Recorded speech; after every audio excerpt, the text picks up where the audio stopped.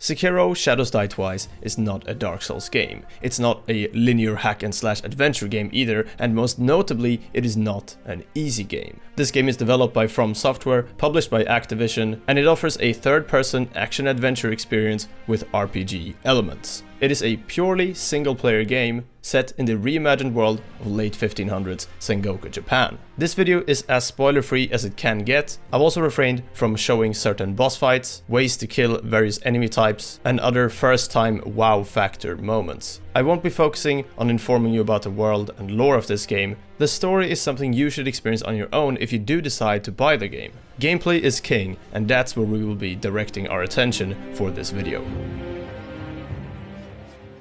The main question for this game to answer has always been how it differs from previous FromSoft games. So if you haven't played much Dark Souls, I'll make a long story short by saying there's definitely a bit of a love it or hate it situation there. Sekiro acknowledges this and replaces the primitive and at times somewhat clunky fights, convoluted story and non-traditional narrative with smooth, fluid, precise combat, a rich world with a fantastic story to tell. And all that only gets better and better the more you play. So let's break that down fully. The structure of Sekiro is different from most traditional single-player video games, but it does remind me heavily of Dark Souls 1 and actually The Legend of Zelda Breath of the Wild to some degree with its world design. Sekiro is a non-linear, semi-open world game that allows you to play the game you want to play. This is something From Software have been a bit more loose with in their previous titles, but absolutely nail in Sekiro. Regardless of whether you like to take more of a linear path or you want to go off on your own and focus your attention elsewhere, there are options to be made. Not loads of them, none of them fully forced, but they're there for the player to explore. If you're stuck on a boss, you can go back to base and practice, go searching for upgrades, or just power on through. It's up to you. They found a good balance here, but I can also see how people that are used to very linear single-player games might have a harder time even just here compared to what they're used to. Which brings me to my next point. Something that scares a lot of people off from playing Dark Souls games and instead resorting to watching other people play is the learning curve and how these developers love having the players read between the lines. Sekiro is no different here, and you'll notice this straight away. The start of the game can be tough with a basic arsenal and lack of tools, but this all serves a purpose. If you make the decision to design a game this way and you know how to pull it off, it's fine to put the player in frustrating scenarios so long as you provide options. And damn does this game know how to do that. You will get crushed, thrown off the side of the map, and struck with that demoralizing feeling of hitting the mini-boss for barely any damage at all, but you will find ways around it. Many games fail at attempting to apply this type of design and end up giving the player very obvious hints or even just a way to no-brain brute force their way through objectives instead. Appreciate running into these walls of difficulty instead, because this is where the game is at. Sure, it's satisfying to finally jump that hurdle you couldn't get over before, but when you've carved your own way to that solution, it's so much more than just satisfying. This brings me to my final point, and this is something game after game I've played recently has gotten wrong: difficulty. To be completely honest, even Dark Souls gets this wrong here and there. Gameplay difficulty shouldn't be developers sliding the damage and health numbers to max just to get enough replayability hours out of their title.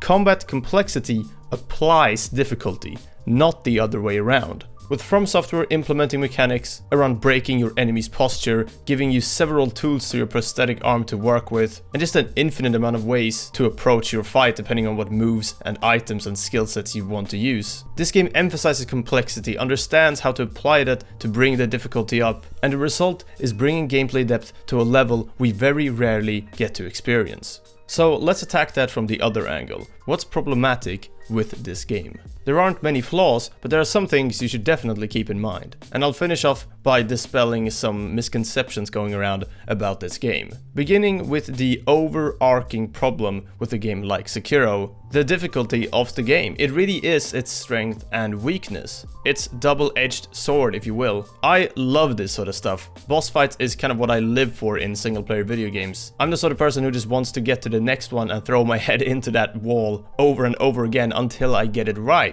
but not all people are like that. There's kind of an obsession with difficulty around these games, but I think it's needed to define this series and genre of games, really. I'm sure there's some people out there thinking that just adding some type of difficulty options to the game would be good. Right at the start, defaulting the option to this difficulty, but then allowing players to play a bit of an easier version if it's their first time playing a game of this difficulty. But that does take some of the fun out of it. You can't talk with your friends and discuss boss fights because you're not playing the same boss fight. To me, it's essential. To others, it's an obnoxious obstacle. And I honestly love that in itself. Especially as I've seen even a veteran Dark Souls player point out that Sekiro is difficult on a whole other level. Semi-connected to that, the next thing to highlight is the world design. A lot of the time you have no idea what you're heading into, and this can be incredibly frustrating, which doesn't really have to do with difficulty directly. Sometimes you will have these respawn points fairly often where you can sit down, rest, and then go back there and respawn when you inevitably die. But when those start coming few and far between, it can be a lot more difficult to gauge what's coming up, how long you can actually keep going for, and what's you just wasting your resources versus what isn't. Again, I think this is something that's kind of needed for a game like this to work. And personally, I would not want to see it changed in any way.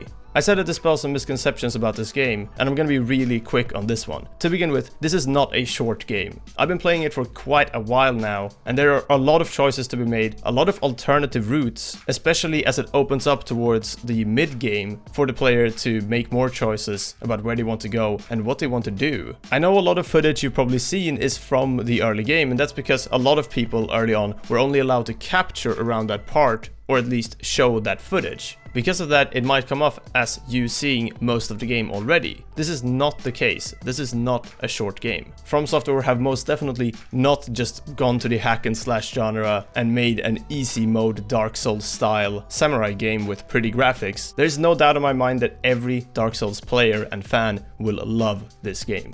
The pure and refined gameplay of Sekiro is what evolves this title from an impressive new game to a carefully crafted masterpiece. I don't give games scores, as I feel like assigning numbers to anything never tells the full story. But I'll tell you this, when people talk about 9 out of 10 and 10 out of 10 releases, they talk about games with the caliber of Sekiro Shadows Die Twice.